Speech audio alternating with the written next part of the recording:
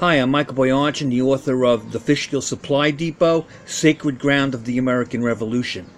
George Washington, of course he was a master mason, realized the importance of the Hudson Valley early on. In 1775, after taking command, he ordered the establishment of the Fishkill Supply Depot, and that was the beginning of the depot, which went on to the end of the war. He spent most of his time in New York, more time than anywhere else except Virginia, and most of it was tucked into the Hudson Valley. He realized that that's where he could strike his strategic blow against the British, and he waited most of the war, after the initial battles, for that moment.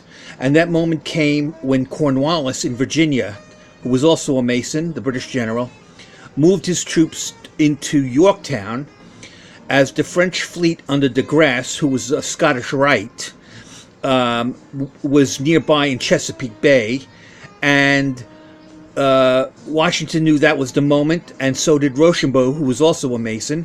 And Rochambeau swept down from, I believe, either Rhode Island or Connecticut, and rendezvoused at the lower Hudson Valley with George Washington, was coming down from the mid-Hudson Valley, and like a bat out of hell, they swept south. Now, Clinton was in New York, British General Clinton, who was also a Mason, and he thought they were coming after him the whole time. Well, they went right by him from the north, and he still thought they were coming after him as they swept through Jersey. He thought they were going to attack from the west.